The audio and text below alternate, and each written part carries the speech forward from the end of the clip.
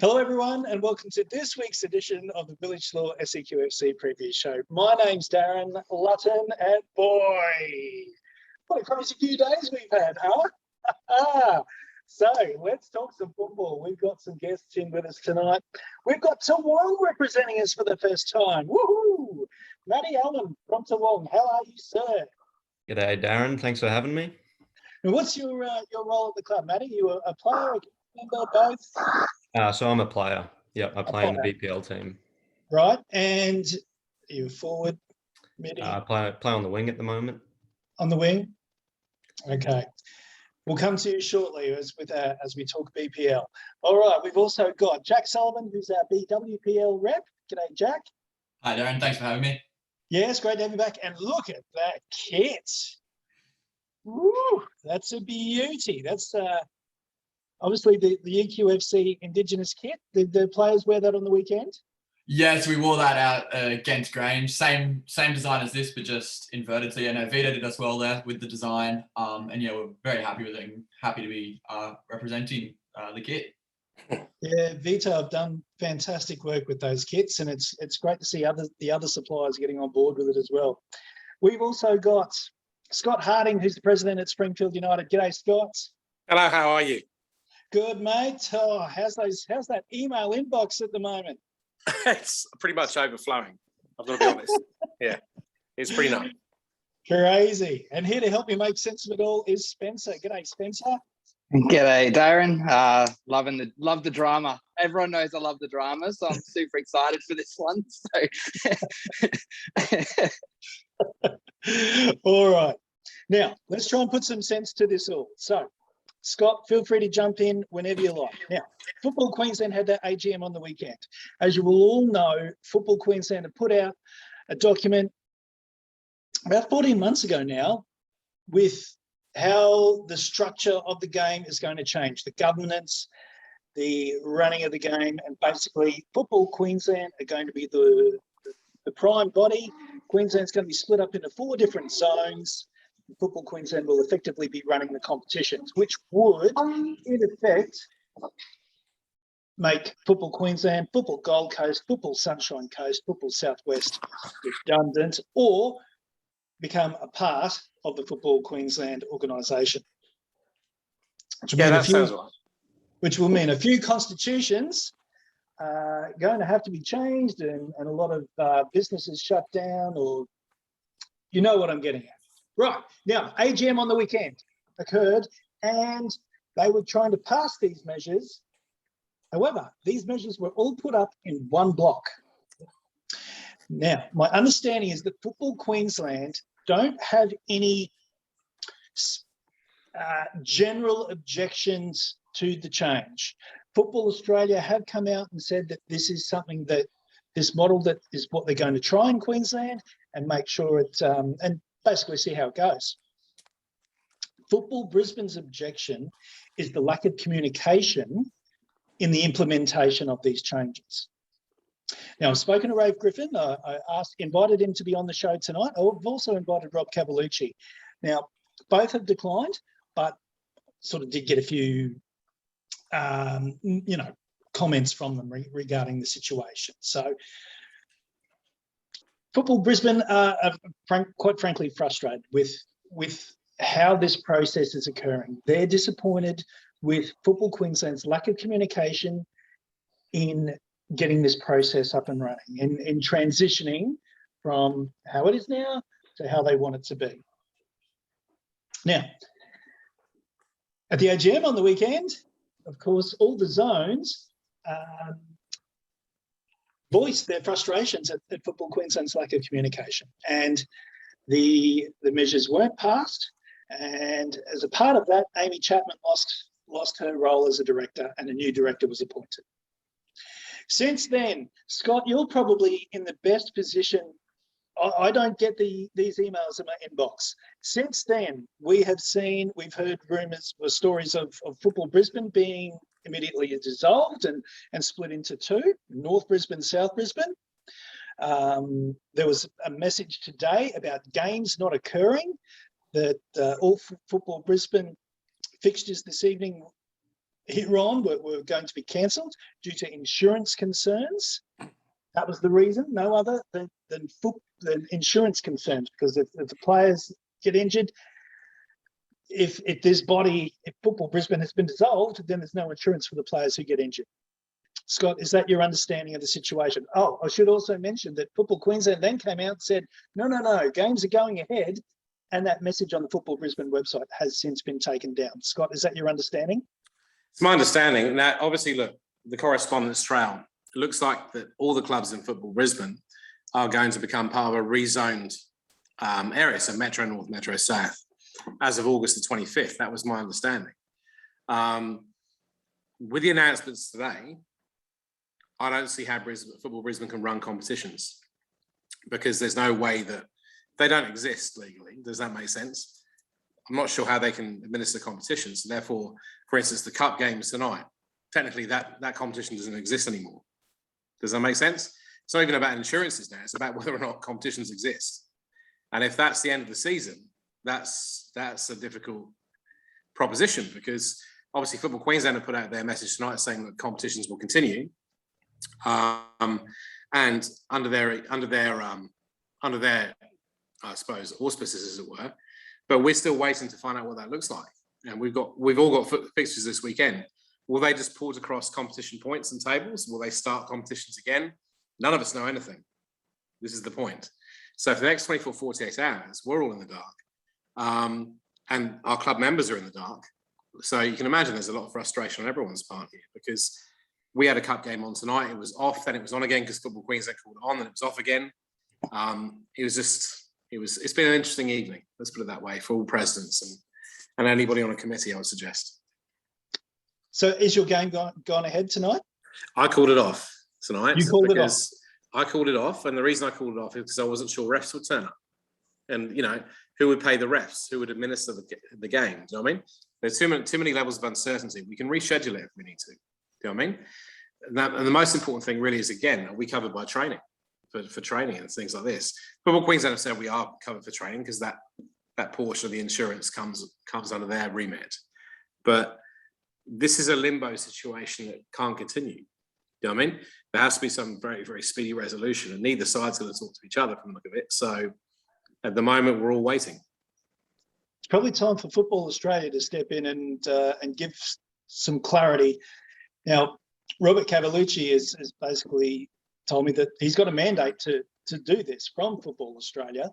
Yeah. It's probably worth hearing that message again from Football Australia, wouldn't you suggest? I'd like to hear it again. Look, I don't doubt they probably have, from what Dan Beryl told me today and various other people told me today. All right. But I think you look at what Football Brisbane is saying about the nature of the reform, and I think anybody in their right mind is suggesting reform shouldn't happen. But it's more the way the reform has been handled, I think, that seems to rankle with Football Brisbane and also with some of the clubs. That seems to be the way, talking to various other presidents, on our Facebook page. They're not happy with the way things are being handled by either side, can I just say, not just by Football Queensland, by either side. Because we're the piggy in the middle. We got the divorcing parents rang, and we're the children. All right, Spencer, time to bring you in. What's your take on it all, mate? Look, the insurance thing, the insurance is the insurance, but let's not sugarcoat it. The insurance is shit anyway, so it doesn't really cover much. Obviously, from an ambulance perspective, it's all good, but in terms of income and that sort of stuff, it's nothing special. I think, considering the disruptions we've had already, particularly over the last 2 or 3 weeks earlier in the season, last season, I think the timing of this is absolutely horrible. To see it play out on Facebook as well. Football Brisbane is saying there's no games this weekend. Football Queensland then come out and say within the same hour that games are okay to proceed this weekend. Like, who's calling the shots? There doesn't seem to be a definitive. No one knows where to turn. And obviously, there's people sitting on one side of the fence; they're completely with it. Then there's people sitting on the Football Brisbane side of the fence. It's the whole thing. I don't look into the politics side of it at all. I just enjoy the drama side of it all.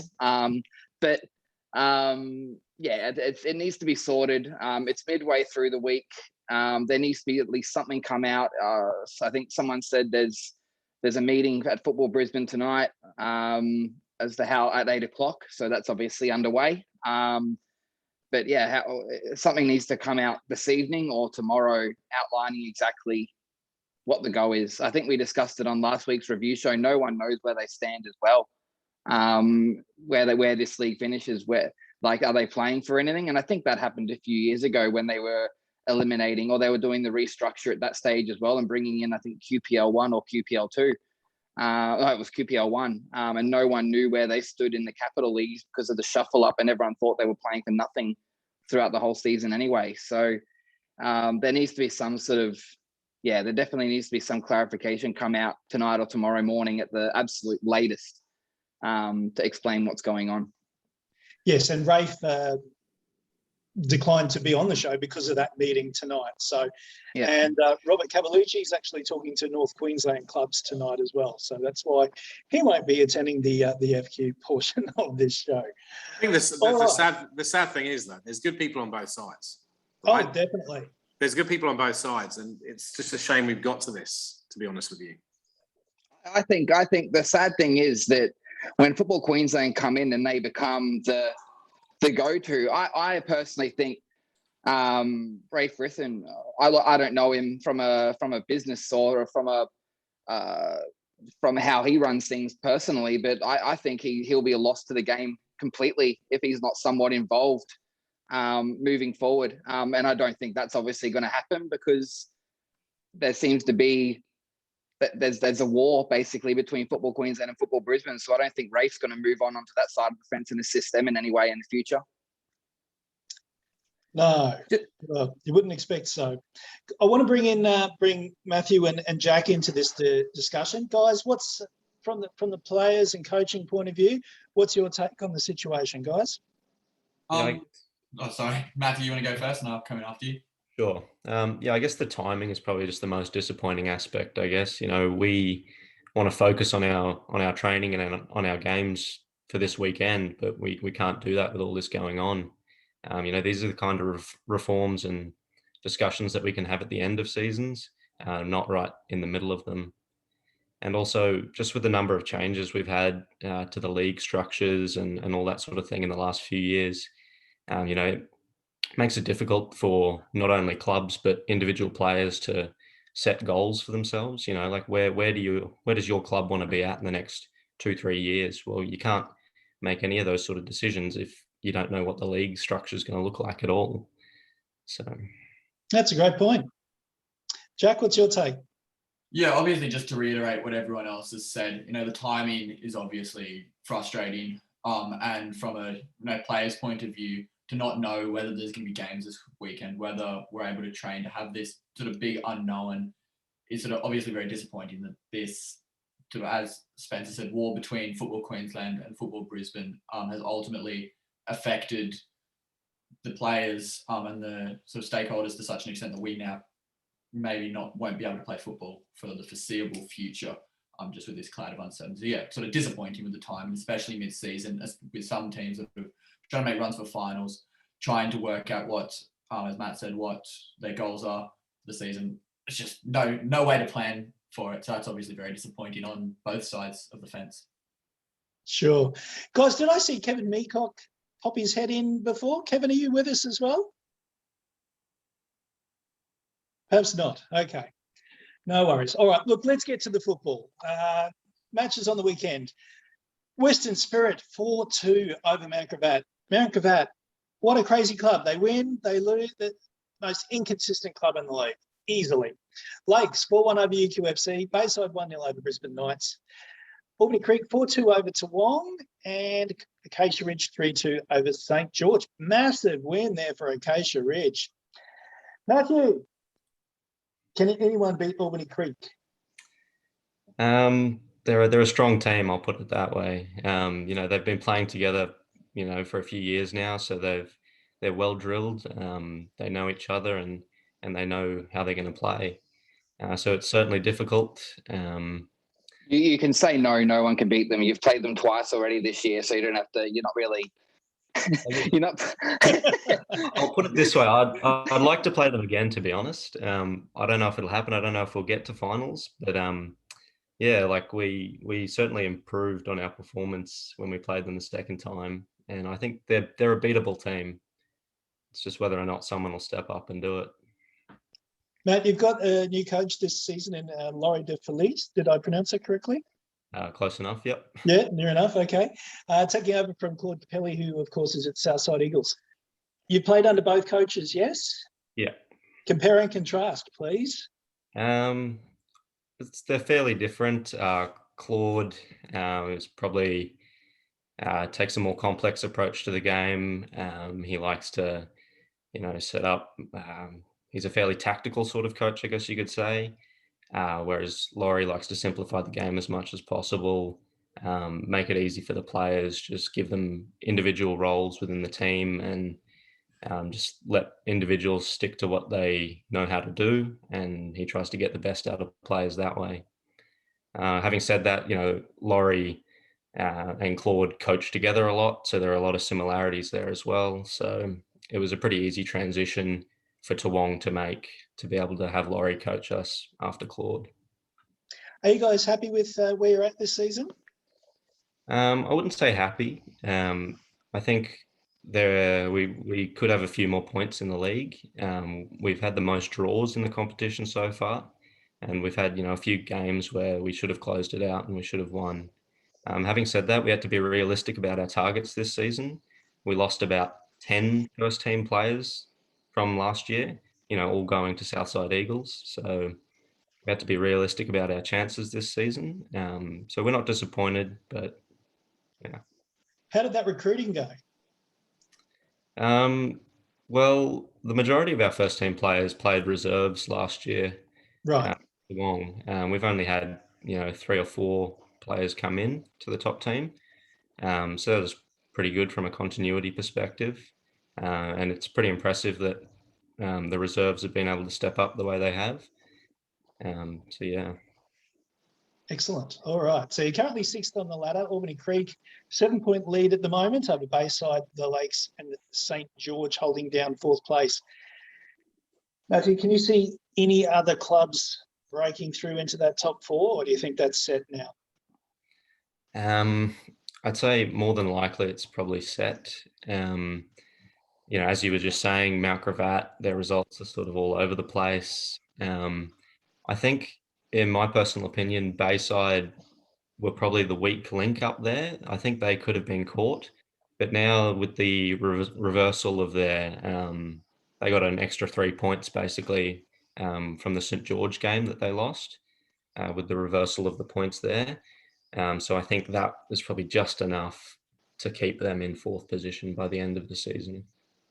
And you're taking on Acacia Ridge this weekend, who came from nowhere to win their game. So they're a potential banana skin for you guys. Yeah, definitely. We can't underestimate them. We drew with them earlier in the season in a game that we probably should have won, but they've clearly got a good squad if they can beat St. George. So yeah, we're gonna have to be ready for them this weekend. Provided, mate, the game goes ahead. Yeah. Well, so let's look at those fixtures, pending approval. Brisbane Knights up against Stormers. Bayside taking on St. George. Well, there's a game. Acacia Ridge up against Toowong. Albany Creek taking on UQFC. Mount Gravatt hosting the Gap, and the Lakes up against Western Spirit. Spencer, it's all eyes on Bayside, isn't it? Yeah, can they continue to push on with the form that they've got? I'm looking like an idiot after last week. So I basically said Western Spirit are gone, but with that Centenary Gap game not going ahead and now sitting in limbo, whenever that's played, if it's played. Spirit, I did say a few weeks ago that they lost their coach, they lost a few players, but they had a few more come in. And that big result last week, so that they're a solid chance to jump out of the bottom, I believe. Yeah, jump out of the bottom this weekend, even with a game in hand over Centenary as well. So Yeah, watch this space. I may look like an idiot after last week's show.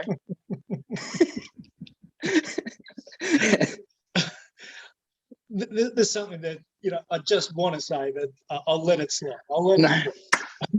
We'll see how we go at the end of the season review. So yes, we shall. All right, Jack, let's talk BWPL now. And you guys lost 2-0 to Grange Thistle on the weekend. How on earth did that happen? Yeah, obviously not the result we were hoping for on the weekend. Look, credit to Grange. The quality from probably 2nd to 7th in the league is fairly close. But yeah, obviously, it wasn't a performance which we were hoping to put out. It's been a strange week for us. Obviously, we had the Wednesday night win against Carina in the Cup, and then backed up on Saturday. And I guess just had a bit of a hangover from the midweek. But yeah, look, credit to Grange. They did well. They exploited where we sort of weren't super strong on the Saturday. Actually, it was a weekend of very mixed results. Broadbeach dropping points again to Annalee, who we mentioned last week were the biggest disappointment of the season. So well done, Annalee. And Carina showed that losing Am Sims, no problem. They had a 2-0 victory over Rabina. Kangaroo Point 8-1 over the Lakes. Now, let's have a look at this weekend's fixtures. Who have you got, Jack? Carina. That should be a beauty. Every time we play, it seems to be another game against Carina. Yeah, obviously they're a strong side. I think they're still sitting 2nd at the moment. So yeah, we'll be ready, hopefully a bit more prepared than we were last weekend. If it goes ahead at all, that is.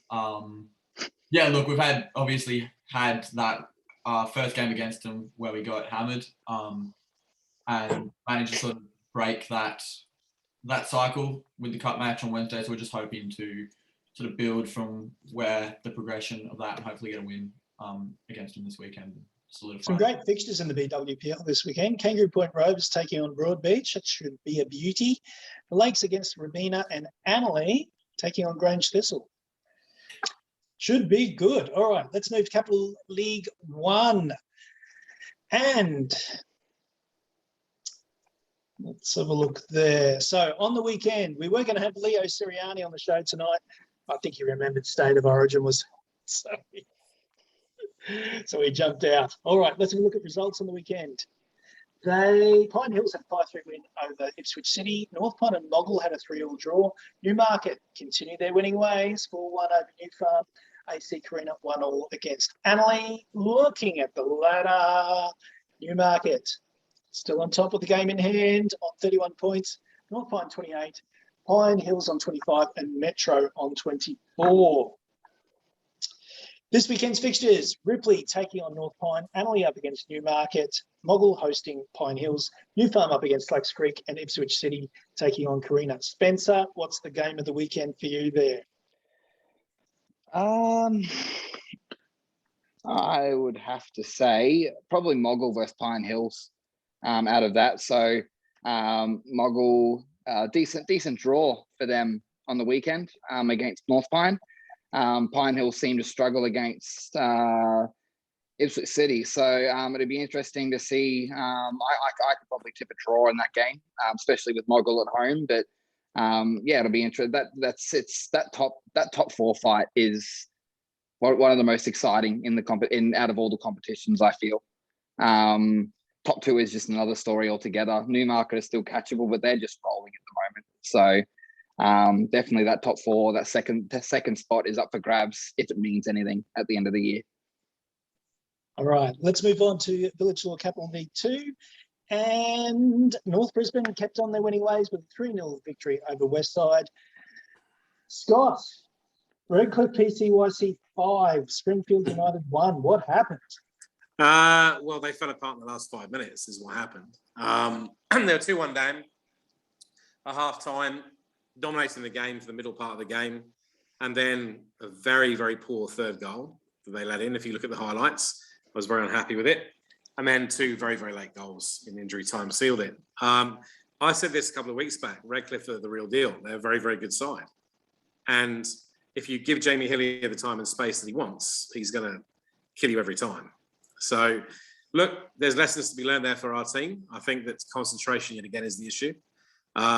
They've got 7 games left, 6 of them against opponents below them. They've got to win all 6 and potentially get something out of North Brisbane to really make it a successful season. So they're up against it, and they know that's the minimum aim this season.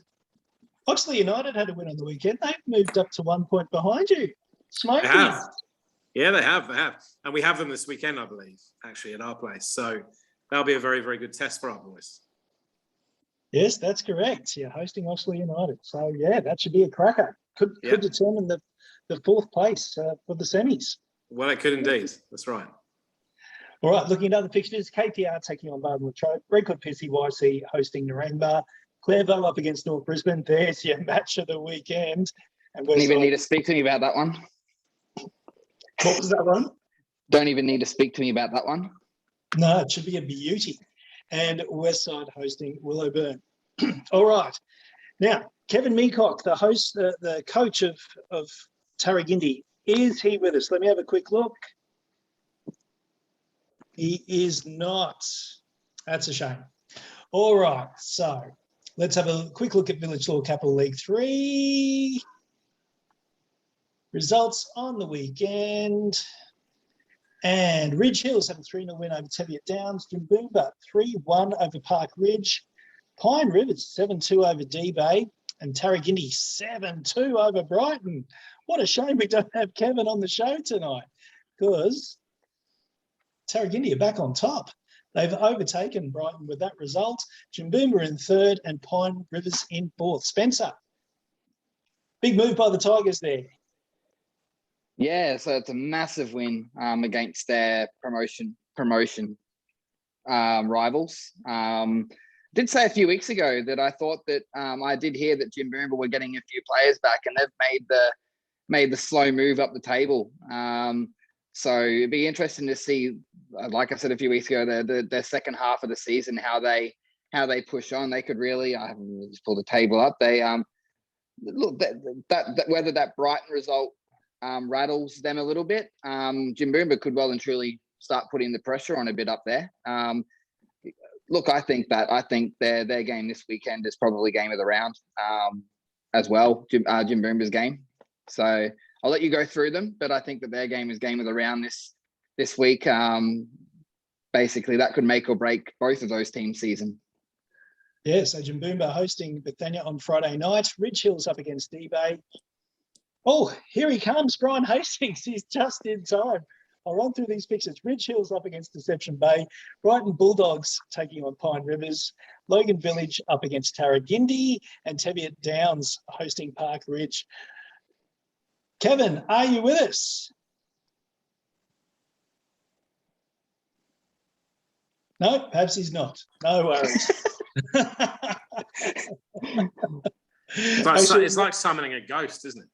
It might have been a guest from the FQ show jumping in early. That's what it is. It's Brian Hastings from Western Pride. Brian, not just yet, mate. Not just yet. We've got the FQ show coming on very shortly.